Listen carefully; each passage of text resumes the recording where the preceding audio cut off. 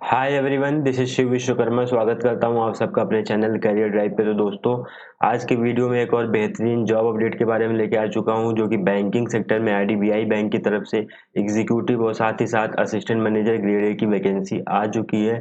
ये वैकेंसी काफ़ी खास है क्योंकि इसमें जो पूरा का पूरा सिलेक्शन प्रोसीजर है सिर्फ और सिर्फ एक एग्ज़ाम पे है। इसमें कोई मेंस एग्ज़ाम नहीं, ना ही कोई इसमें इंटरव्यू है। आपको बस एक एग्ज़ाम क्रैक करना है, फिर उसके बाद आपको डॉक्यूमेंट वेरिफिकेशन कराना है, फिर उसके बाद आपको सीधे एक मेडिकल टेस्ट होगा, उसके बाद आपका ज्वाइनिंग लेटर मिल जाएगा। तो इसका प्रोसीजर काफ़ी फास्ट है इसमें, तो इसलिए भी वैकेंसी काफ़ी खास है। और दोस्तों, जो एस्पिरेंट ऐसे जो कि सच में बैंकिंग सेक्टर में करियर बनाना चाहते हैं, तो उनके लिए एक बेहतरीन अपॉर्चुनिटी है। तो ये ज़रूर इसका फ़ायदा उठाएं और इस फॉर्म को ज़रूर फिलअप करें। तो अगर आप सच में इंटरेस्टेड हो इस वैकेंसी को लेके, तो वीडियो को अंत तक जरूर देखना है, क्योंकि मैं इस वीडियो में आपको फुल डिटेल नोटिफिकेशन प्रोवाइड करने वाला हूँ। साथ ही साथ इसकी जितने भी इंपॉर्टेंट पॉइंट्स हैं नोटिफिकेशन के, सब चीज़ मैं डिस्कस करूंगा इसमें। तो वीडियो को अंत तक जरूर देखिएगा। तो इस वीडियो में मैं सबसे पहले आपको सिलेक्शन प्रोसीजर के बारे में बताऊंगा, और फिर उसके बाद में इसमें जो भी एलिजिबिलिटी क्राइटेरिया है, उसमें आपका क्वालिफिकेशन एलिजिबिलिटी क्या रहेगी, उसमें आपकी एज लिमिट क्या रहेगी, इसके बारे में बताऊंगा। फिर आपका इसमें रजिस्ट्रेशन फीस कितना लगने वाला है, उसके बारे में बताऊंगा। फिर उसके आपका जो पेपर का पैटर्न होगा वो किस बेसिस पे रहेगा, उसके बारे में आपको बताऊंगा। उस पार्टिकुलर सेक्शन में क्या क्या पूछे जाएंगे, इन सब चीज़ों को मैं आपको यहाँ पे डिस्कस करूंगा। और फिर दोस्तों, आपका सिलेक्शन होने के बाद जो आपको इनिशियल इन हैंड सैलरी मिलने वाली, उसके बारे में यहाँ पे मैं डिस्कस करूंगा। और फिर दोस्तों, आपका जो सिलेक्शन होने के बाद जो भी आपको वर्क रोल मिलेगा उस पोस्ट के लिए, उसमें आपको क्या काम करना होगा, इसको भी मैं आपको यहाँ पे बताऊंगा। तो वीडियो थोड़ा लंबा हो सकता है, लेकिन अंत तक जरूर देखिए, क्योंकि काफ़ी हेल्पफुल रहने वाला है आपके लिए। तो आइए वीडियो शुरू करते हैं। तो यहाँ पे सबसे पहले देख लेते हैं कि आपका जो इसमें जो सबसे पहला जो इम्पोर्टेंट पॉइंट यहाँ पे लूँगा, जैसा यहाँ की दो वैकेंसी है आपकी, उसमें सबसे पहला आपका यहाँ पे दो पोस्ट है। पहला आपका एग्जीक्यूटिव का है, दूसरा असिस्टेंट मैनेजर का है। तो इसमें यहाँ पे मेंशन है कि आप इनमें से सिर्फ एक के लिए अप्लाई कर सकते हो, दोनों को एक साथ अप्लाई नहीं कर सकते हो। तो आप चाहे एग्जीक्यूटिव के लिए अप्लाई करो, फिर चाहे असिस्टेंट मैनेजर वाले के लिए, तो दोनों में से आप सिर्फ आपको एक किसी एक के लिए ही अप्लाई कर सकते हो। तो यहाँ पे नोटिफिकेशन में ये पूरा मेंशन है।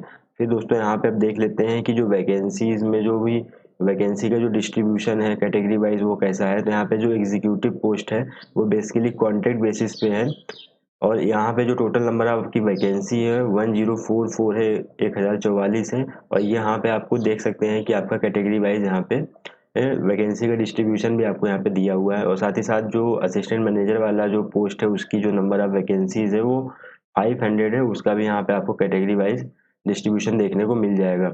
और दोस्तों, अगर आप फुल डिटेल नोटिफिकेशन चाहते हैं, मतलब पीडीएफ फॉर्म में, तो आप मेरे टेलीग्राम चैनल कैरियर ड्राइव पे जाके वहाँ से आप पीडीएफ फॉर्म में नोटिफिकेशन को डाउनलोड कर सकते हैं फर्दर रीड करने के लिए।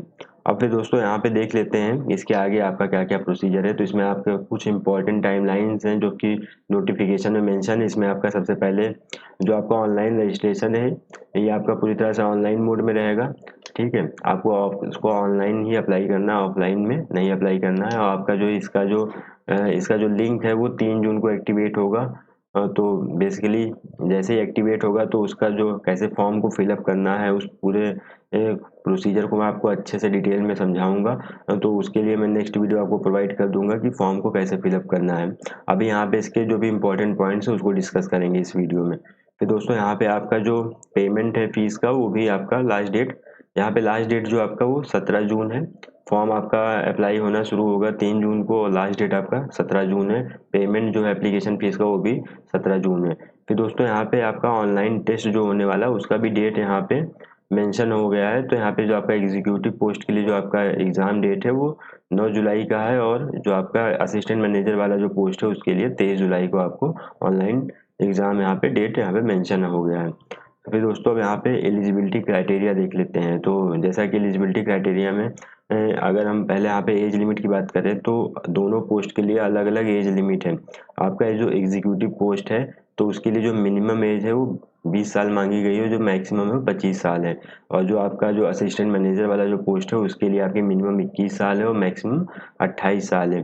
तो यहाँ पे आपको एज दोनों भी पोस्ट के लिए अलग अलग यहाँ पे एज की लिमिट यहाँ पे मांगी गई है।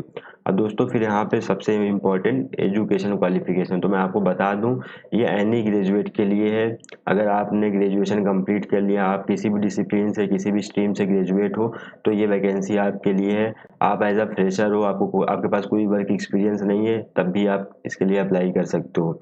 फिर दोस्तों यहाँ पे और भी कुछ इंस्ट्रक्शंस दिए हुए हैं, तो उसको देख लेते हैं। तो जैसा जो एग्जीक्यूटिव वाला जो पोस्ट है, जैसे मैंने बताया कि पूरी तरह से कॉन्ट्रैक्ट बेसिस पे है, तो आपको पहले 1 साल के कॉन्ट्रैक्ट बेसिस पे आपको अपॉइंट किया जाएगा। फिर उसके बाद आपका जो कॉन्ट्रैक्ट पीरियड है वो रिन्यू होता रहेगा। 1 साल के बाद 2 साल के लिए आप अपॉइंट हो गए, फिर 3 साल के लिए अपॉइंट हो गए। 3 साल तक आप कॉन्ट्रैक्ट बेसिस पे रहोगे। जब आप कॉन्ट्रैक्ट बेसिस पे रहोगे तो उस कॉन्ट्रैक्ट वाले टाइमलाइन पे आपको जो इसमें जो और भी जो क्या कहते हैं सैलरी, इन हैंड सैलरी के अलावा और जो भी आपको फैसिलिटीज़ मिलती हैं, एचआरए वगैरह हो गया, अलायंस वगैरह जो होते हैं, पीएफ वगैरह जो होता है, प्रोविडेंट फंड वगैरह, तो ये सब आपको मतलब जब आप कॉन्ट्रैक्ट पीरियड में रहोगे तो आप उस समय आपको सिर्फ आपको इन हैंड सैलरी मिलेगी। ये आप जो भी ये पीएफ वगैरह है, जो भी अलायंस वगैरह है, आपको नहीं मिलेगा। फिर 3 साल के बाद जैसे ही आपकी परफॉर्मेंस रहेगी उसी हिसाब से आपको परमानेंट जॉब मिल जाएगी, आप प्रमोट हो जाओगे असिस्टेंट मैनेजर की पोस्ट पे। तो दोस्तों यहाँ पे सैलरी भी दे रखी है, मेंशन है कि पहले साल के लिए आपकी सैलरी 29,000 रहेगी। फिर आप सेकंड जब ईयर में पहुंचोगे, आपका जब कॉन्ट्रैक्ट पीरियड रिन्यू हो जाएगा तो आपकी सैलरी 31,000 हो जाएगी, और जो तीसरे साल की आपकी सैलरी 34,000 हो जाएगी। 3 साल के बाद आपका फिर आपके परफॉर्मेंस के बेसिस पे आपको मतलब आपके जो परमानेंट आपको असिस्टेंट मैनेजर का पोस्ट मिल जाएगा, फिर आपकी सैलरी और बढ़ जाएगी। तो फिर दोस्तों यहाँ पे ये तो एग्जीक्यूटिव वाले पोस्ट की बात हो गई, तो इसको मैंने पूरा अच्छे से सबको आपको बता ही दिया जो यहाँ पे मेंशन है। फिर दोस्तों यहाँ पे अब जो असिस्टेंट मैनेजर वाला पोस्ट है, तो बेसिकली वो आपको असिस्टेंट मैनेजर का पोस्ट नहीं दे रहे डायरेक्ट, वो आपको पहले कोर्स प्रोवाइड कर रहे हैं जो कि आईडीबीआई बैंक की तरफ से पीजीडीबीएफ का कोर्स है, जो कि post graduate diploma in banking and finance होता है। बेसिकली एक मैनेजमेंट कोर्स है जो आईडीबीआई बैंक आपको प्रोवाइड कर रही है। इसका जो कोर्स का जो ड्यूरेशन है वो 1 साल का है। इसमें Manipal global education service private limited, Manipal institute है जो कि बेंगलोर में है, और नीति एजुकेशन इंटरनेशनल प्राइवेट लिमिटेड, ये ग्रेटर नोएडा में है। तो बेसिकली ये सब ट्रेनिंग इंस्टीट्यूट्स हैं जो बैंकिंग में ट्रेनिंग प्रोवाइड करती हैं। तो आपको इन इंस्टीट्यूट्स में आपको ये कोर्स प्रोवाइड किया जाएगा 1 साल के लिए। दोस्तों फिर इसमें जो यहाँ पे आपका जो फीस है, तो यहाँ इस कोर्स की जो फीस है वो लगभग 3.5 लाख के आसपास है। तो आप चाहो तो आप 3.5 लाख आप खुद से भी जमा कर सकते हो, नहीं तो आपको आईडीबीआई बैंक अपनी तरफ से लोन प्रोवाइड कर देगी। तो आपको मतलब लोन के लिए भी इधर उधर भागने की जरूरत नहीं पड़ेगी। फिर दोस्तों जो ये आपका जो 1 साल का कोर्स है, ये इसमें क्या है कि आपका जो 9 महीने है वो आपकी क्लासरूम स्टडीज है। बेसिकली 9 महीने आपको क्लासरूम में स्टडीज है, तो और बाकी जो 3 महीना है वो आपकी इंटर्नशिप है। ठीक है, आईडीबीआई बैंक आपको अपने बैंक में इंटर्नशिप प्रोवाइड करेगी। यहाँ पे आपको कुछ स्टाइपेंड भी देखने को मिल जाएगा जब आप यहाँ पे, जैसा मैंने बताया कि प्रोग्राम फीस जो आपका कोर्स का फीस है 3.5 लाख रुपया है। तो इसमें जीएसटी वगैरह सब इंक्लूड करके 3.5 लाख के आसपास आपका पूरा टोटल खर्चा आएगा, और आपको आईडीबीआई बैंक की तरफ से लोन भी मिल जाएगा। तो यहाँ पे दोस्तों जैसे दो इंस्टीट्यूट्स है, एक मणिपाल इंस्टीट्यूट है जो कि बेंगलोर में है, दूसरा आपका नेटे है। तो नेटे जो है आपका ग्रेटर नोएडा में है। तो बेसिकली आप जिस जोन में आते हो, आप जिस स्टेट में आते हो, उसके अकॉर्डिंग आपको वही वाला ट्रेनिंग इंस्टीट्यूट मिलेगा। तो यहाँ पे उस जोन वाइज आपका जो इंस्टीट्यूट है वो भी यहाँ पे मेंशन है, वो भी आप देख सकते हैं यहाँ पे। फिर दोस्तों यहाँ पे प्रोग्राम फीस के बारे में बात कर लिया। अब यहाँ पे आपको स्टाइपेंड भी मिलेगा, जैसे मैंने आपको मेंशन किया कि स्टाइपेंड भी मिलेगा। तो आप जब 9 महीने जब आप मतलब क्लासरूम स्टडीज कर रहे होंगे तो उस समय आपको 2500 रुपया पर मंथ स्टाइपेंड मिलेगा। उसके बाद जब आप इंटर्नशिप पीरियड में जाओगे 3 महीने के लिए इंटर्नशिप के लिए, तो उस समय आपका जो स्टाइपेंड होगा 10,000 रुपया पर मंथ हो जाएगा। तो कहीं ना कहीं आपको स्टाइपेंड से हेल्प मिल जाएगी, मतलब फाइनेंशियल हेल्प भी मिल जाएगी कोर्स परस्यू करते समय। फिर दोस्तों जैसे ही आपका कोर्स कंप्लीट होगा, आईडीबीआई बैंक आपको ज्वाइनिंग दे देगी as a assistant manager grade A की पोस्ट की, और ये पूरी तरह से परमानेंट पोस्ट होगा, ये कोई कॉन्ट्रैक्ट बेसिस पे नहीं होगा। तो इसमें आपकी जो सैलरी स्टार्टिंग की शुरू होगी वो 36,000 पर मंथ से शुरू होगी जैसा। और इसमें आपको जो भी अलायंस है, मतलब पीएफ वगैरह हो गया, एचआरए हो गया, डीए हो गया, ये सारे जो भी अलायंस है ये सब आपको इसमें देखने को मिलेंगे, क्योंकि आप यहाँ पे एज अ परमानेंट रिक्रूट हो रहे हो। और जो एग्जीक्यूटिव वाला पोस्ट था उसमें आप कॉन्ट्रैक्ट बेसिस पे थे, जब तक आप कॉन्ट्रैक्ट पीरियड में थे तब तक आपको जो भी एचआरए वगैरह, जो डीए वगैरह है, पीएफ वगैरह, वो आपको उस समय नहीं मिल रहा था। तो दोनों ही वैकेंसी अपने लेवल पे अच्छी खासी हैं, तो आप दोनों में से किसी एक के लिए अप्लाई कर सकते हो, दोनों को एक साथ अप्लाई नहीं कर सकते हो। तो फिर दोस्तों यहाँ पे एक जो सब थोड़ा सा यहाँ पे एक जो ड्रॉबैक है ये वाला जो कोर्स वाले जो मतलब असिस्टेंट मैनेजर वाली पोस्ट की, तो उसमें ये है कि जब आप कोर्स कंप्लीट करोगे 1 साल का, उसके बाद जब आपको ज्वाइनिंग मिलेगी तो आपको एक बॉन्ड साइन करना पड़ेगा 3 साल के लिए आईडीबीआई बैंक के साथ, और साथ में आपको एक सिक्योरिटी मनी भी जमा करना पड़ेगा 2 लाख का। इसका ये है सर्विस बॉन्ड कि आप 3 साल तक बैंक को छोड़ के नहीं जा सकते। ज्वाइनिंग के बाद 3 साल तक आपको बैंक में काम करना ही पड़ेगा आईडीबीआई बैंक के साथ, उसके बाद ही आप जा सकते हो। तो अगर उसके पहले आप जाते हो तो आपको ये आपका जो 2 लाख रुपए इसलिए सिक्योरिटी मनी जमा किया जा रहा है ताकि आप क्या कहते हैं 3 साल के पहले आप बैंक को छोड़ के ना जा सको। तो इसमें एक छोटा सा जो ड्रॉबैक है ये है कि यहाँ पे आपको बॉन्ड साइन करना पड़ेगा सेकंड वाला जो पोस्ट है उसके लिए। बाकी एग्जीक्यूटिव वाला जो है वो तो कॉन्ट्रैक्ट बेसिस में, उसमें ऐसा कोई बॉन्ड वगैरह नहीं है, आपको एग्जाम क्वालिफाई करके सीधे आपको ज्वाइनिंग लेटर मिल जाएगा। और फिर दोस्तों यहाँ पे आपका जो सिलेक्शन प्रोसीजर है वो जैसा मैंने आपको बताया कि सिर्फ और सिर्फ एक एग्जाम पे डिपेंड करेगा आपका, वो जो कि ऑनलाइन टेस्ट होगा। फिर उसके बाद आपका डॉक्यूमेंट वेरिफिकेशन होगा, और फिर आपका जो तीसरा स्टेप होगा pre recruitment medical test PRMT होगा, जो कि फॉर्मेलिटी टाइप का होता है, इजी सा मेडिकल टेस्ट होगा। फिर उसके बाद आपको सीधे ज्वाइनिंग लेटर मिल जाएगा। फिर दोस्तों जो ये सेकंड वाला जो पोस्ट था जिसमें कोर्स आपको प्रोवाइड कर रहा है आईडीबीआई बैंक, तो बेसिकली इसका भी जो सिलेक्शन प्रोसीजर है ये सब कुछ लगभग सेम है जैसा एग्जीक्यूटिव वाला है, बस इसमें थोड़ा सा एक चीज़ और इंक्लूड है, वो आपका पर्सनल इंटरव्यू है। तो इसमें आपका मतलब ऑनलाइन टेस्ट और डॉक्यूमेंट वेरिफिकेशन के साथ साथ आपका PI मतलब पर्सनल इंटरव्यू भी होगा। अब दोस्तों यहाँ पे देख लेते हैं कि जो आपका पेपर का जो पैटर्न है वो किस बेसिस पे रहेगा। तो जैसा कि आपका जो पेपर होगा 4 सेक्शन में होगा। पहला सेक्शन आपका लॉजिकल रीजनिंग, डाटा एनालिसिस और इंटरप्रिटेशन होगा, उससे 60 क्वेश्चन होंगे। दूसरा जो सेक्शन होगा इंग्लिश लैंग्वेज पे होगा, उसमें जो नंबर ऑफ क्वेश्चन होंगे 40 होंगे। और जो तीसरा सेक्शन होगा वो क्वान्टिटेटिव एप्टीट्यूड का होगा, और उसमें जो नंबर ऑफ क्वेश्चन होंगे वो 40 होंगे। और जो चौथा सेक्शन है वो आपका general economics, banking awareness, computer IT इन सब चीज़ों से होगा। इसमें टोटल आप नंबर क्वेश्चन 60 होंगे। तो टोटल यहाँ पे आपको 200 नंबर ऑफ क्वेश्चन होंगे, जिसमें आपका मैक्सिमम मार्क्स भी 200 होगा। और जो आपका ये पेपर का जो ड्यूरेशन होगा 2 घंटे का पेपर होगा। अब दोस्तों यहाँ पे एक सबसे अच्छी बात ये है कि आपका पेपर जो है बाईलिंगुअल है, मतलब आपको दोनों लैंग्वेज में यहाँ पे पेपर देखने को मिलेंगे, इंग्लिश में, हिंदी में। आप जिस भी लैंग्वेज में कंफर्टेबल हो आप उसमें पेपर दे सकते हो। फिर दोस्तों अब इसमें आगे देख लेते हैं कि इस पेपर में क्या है कि इसमें आपको जो 4 सेक्शन है तो हर सेक्शन में आपको सेक्शनल कट ऑफ क्रॉस करना होगा, फिर उसके बाद ओवरऑल कट ऑफ भी क्रॉस करना होगा। और फिर दोस्तों यहाँ पे आपको निगेटिव मार्किंग भी है। यहाँ पे सबसे इंपॉर्टेंट निगेटिव मार्किंग है आपकी 0.25 मार्क्स की। अगर आप रॉन्ग आंसर करते हो तो आपके 0.25 मार्क्स डिडक्ट हो जाएंगे, मतलब 1/4 मार्क्स आपके डिडक्ट हो जाएंगे। तो क्वेश्चन को बड़े ध्यान से आपको यहाँ पे टैकल करना होगा। अब दोस्तों यहाँ पे और भी चीज़ें देख लेते हैं।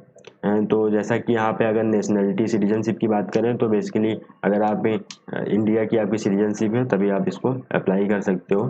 और फिर यहाँ पे दोस्तों थोड़ा सा एक सबसे इम्पोर्टेंट बात यहाँ पे, जैसा कि आपको एज लिमिट मैंने पहले भी डिस्कस कर लिया, दोनों पोस्ट के लिए अलग अलग एज लिमिट थी। तो यहाँ पे आपको एज रिलैक्सेशन भी देखने को मिलेगा दोनों पोस्ट के लिए।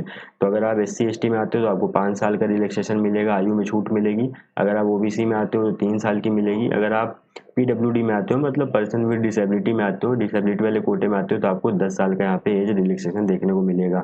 अगर आप एक सर्विस मैन हो तब भी आपको यहाँ पे 5 साल का एज रिलैक्सेशन मिल रहा है। तो कहीं ना कहीं आपको कैटेगरी वाइज यहाँ पे आयु में छूट भी मिल रही है। तो ये भी एक अच्छी बात है इस वैकेंसी को लेके। और फिर दोस्तों यहाँ पे आप एजुकेशनल क्वालिफिकेशन की बात करें तो जैसा मैंने पहले बताया कि अगर आप ग्रेजुएट हो किसी भी डिसिप्लिन या किसी भी स्ट्रीम्स में, अगर आप ग्रेजुएट हो तो आपके लिए वैकेंसी है, आप एप्लीकेबल हो। साथ ही साथ अगर आप फ्रेशर भी हो तब भी आप एप्लीकेबल हो, अगर वर्क एक्सपीरियंस है तब भी एप्लीकेबल हो। तो मतलब एज अ फ्रेशर के लिए भी काफ़ी अच्छा अपॉर्चुनिटी यहाँ पे साबित हो सकता है। अब दोस्तों यहाँ पे ये देख लेते हैं एक यहाँ पे कंफ्यूजन जो हो सकता है लोगों को कि जो इसमें ग्रेजुएशन में फाइनल ईयर में है तो क्या वो एप्लीकेबल है कि नहीं। तो अगर आप फाइनल ईयर में हो, अगर आपका ग्रेजुएशन 1 अप्रैल 2022 के पहले अगर ये कंप्लीट हो गया है तब आप एप्लीकेबल हो, वरना अगर आप अभी भी परस्यू कर रहे हो, अभी भी आप फाइनल ईयर में हो, तब फिर आप एप्लीकेबल नहीं हो। या तो आप पूरी तरह से ग्रेजुएट हो या फिर आपका जो ग्रेजुएशन है 1 अप्रैल 2022 के पहले कंप्लीट हो गया हो, मतलब आपकी जो जो प्रोविजनल डिग्री सर्टिफिकेट है वो आपकी PDC जो है वो आपकी 1 अप्रैल 2022 के पहले अगर आपको मिल गई है तब आप एप्लीकेबल हो। और फिर दोस्तों यहाँ पे कंप्यूटर लिटरेसी आपको आनी चाहिए, मतलब कंप्यूटर के बारे में बेसिक नॉलेज होना चाहिए, कंप्यूटर चलाना वगैरह, उसको ऑपरेट करना, MS ऑफिस, MS एक्सेल, इन सब चीज़ों के बारे में आपको आना चाहिए, मतलब यहाँ पे कंप्यूटर में मैंडेटरी है। अब दोस्तों यहाँ पे देख लेते हैं कि जैसे इसमें कुछ चीज़ें और हैं, जैसे कि आपका मतलब कोई डिफ़ॉल्ट रिकॉर्ड ना हो, लोन वगैरह, अगर आपके पर्सनल लोन वगैरह चल रहे हैं तो उसमें आपको कोई ड्यूज ना हो, कोई भी बकाया ना हो, या फिर ऐसा ना हो कि आपकी कोई किस्तें वगैरह बाउंस हो गई हो जिससे आपका रिकॉर्ड जो है डिफॉल्ट हो गया हो, तो मतलब आपका सिविल रिपोर्ट यहाँ पे अच्छा होना चाहिए, क्योंकि तभी आईडीबीआई बैंक आपको जो सेकंड वाला जो पोस्ट था जिसमें आपको कोर्स प्रोवाइड कर रही थी उसके लिए लोन तभी आपको प्रोवाइड करेगी। और फिर दोस्तों यहाँ पे ऑप्शन आ गया है, मतलब ये जो आखिरी वाला जो है हाउ टू अप्लाई वाला, तो ये हाउ टू अप्लाई वाला जो है हम नेक्स्ट वीडियो में डिस्कस करेंगे, क्योंकि ये वाला वीडियो काफ़ी लंबा हो जाएगा। 3 जून को इसका लिंक एक्टिवेट हो रहा है। जैसे लिंक एक्टिवेट होगा मैं आपको पूरा फुल डिटेल प्रोसेस लेके आऊँगा कि कैसे अप्लाई करना है, एक एक स्टेप आपको पूरा बताऊँगा अच्छे से, ताकि आपका फॉर्म गलत ना हो, आपके सारे डाउट्स क्लियर हो जाए। तो आज की वीडियो में सिर्फ मतलब आपको इसके रिगार्डिंग जो भी इंपॉर्टेंट नोटिफिकेशन है सिर्फ मैं वो डिस्कस कर रहा हूँ। तो कुछ चीज़ें आपको मतलब अप्लाई करने से पहले आपके पास होनी चाहिए कि अगर आपके पास मेल आईडी नहीं तो अपना मेल आईडी जनरेट कर लीजिए। आपके पास वैलिड मोबाइल नंबर होना चाहिए, आपका अपना खुद का होना चाहिए है। और ये सब चीज़ें आपको मतलब कुछ डॉक्यूमेंट्स वगैरह भी हैं इसमें, तो वो आप डॉक्यूमेंट्स वगैरह भी आपके पास प्रॉपर होनी चाहिए। तो इसको मैं नेक्स्ट वीडियो में अच्छे से पूरा डिस्कस करूँगा, हाउ टू अप्लाई वाला जो पोर्शन है। अब दोस्तों यहाँ पे जैसा कि हमने इन हैंड सैलरी वाली बात कर ली कि एग्जीक्यूटिव के लिए आपका जो इनिशियल इन हैंड सैलरी क्या था पहले साल के लिए, दूसरे साल के लिए, तीसरे साल के लिए, तो काफ़ी अच्छी यहाँ पे सैलरी भी आपको देखने को मिल रही है। और साथ ही साथ जो सेकंड वाली जो पोस्ट थी जिसमें आपको आईडीबीआई बैंक जो है कोर्स प्रोवाइड करी, तो उसमें आपको स्टाइपेंड भी मिल रहा था 1 साल के कोर्स में, तो उसको मैंने डिस्कस कर लिया। उसके बाद जैसे आपका 1 साल का जो पीरियड है वो ख़त्म होता है तब आपको ज्वाइनिंग मिल जाती है असिस्टेंट मैनेजर पोस्ट की, तो उसमें भी आपकी इनिशियल सैलरी 36,000 से शुरू हो रही है, तो उसको भी मैंने यहाँ पे डिस्कस कर लिया। तो कहीं ना कहीं यहाँ पे सैलरी और यहाँ पे जो इसका सिलेक्शन प्रोसीजर भी काफ़ी फास्ट है, काफ़ी जल्दी आपकी ज्वाइनिंग वगैरह सब प्रोसेस कंप्लीट हो जाएगा, आपको ज्वाइनिंग लेटर भी मिल जाएगा। तो मतलब अगर ओवरऑल देखें तो एक बहुत ही अच्छा, बहुत ही बेहतरीन अपॉर्चुनिटी है। जो भी बैंकिंग सेक्टर में करियर बनाना चाहते हैं तो इसका आप इस अपॉर्चुनिटी का फ़ायदा ज़रूर उठाएं और इस फॉर्म को ज़रूर फिलअप करें और वीडियो को पूरा अच्छे से देखें, ताकि आपके सारे कन्फ्यूज़न दूर हो सकें। अगर आपको फिर भी कोई कन्फ्यूज़न आता है या कोई भी डाउट्स होते हैं तो आप कमेंट बॉक्स में ज़रूर बताइएगा हमें, मैं यहाँ पे आपके सारे सॉल्यूशन प्रोवाइड कर दूंगा। और साथ ही साथ कौन कौन एलिजिबल है इसको भी आप कमेंट बॉक्स में मुझे बताइए, ताकि मुझे भी पता चले कितने लोग फॉर्म को अप्लाई कर रहे हैं। तो आई होप आपको इन्फॉर्मेशन काफ़ी अच्छी लगी होगी। एक लास्ट चीज़ जो मैं डिस्कस कर लेता हूँ कि इसमें आपका जो वर्क रोल है, तो बेसिकली आपका जो वर्क रोल है तो ये पूरी तरह से ऑफिस वाला वर्क रोल है। बैंक में आपको कंप्यूटर बैठ के काम करना है, कोई फील्ड वर्क नहीं है। तो जैसा बैंक में काम होता है वैसे ही करना है आपको। और आईडीबीआई बैंक के बारे में थोड़ा सा बताऊं तो जो आईडीबीआई बैंक है industrial development bank of India है। तो बेसिकली ये जो है ये सब्सिडियरी है आपका एलआईसी लाइफ इंश्योरेंस कॉर्पोरेशन का। और जो इसका इस्टेब्लिश मतलब ये गठन जो इसका हुआ था 1964 में, 1964 में गवर्नमेंट ऑफ इंडिया के द्वारा हुआ था।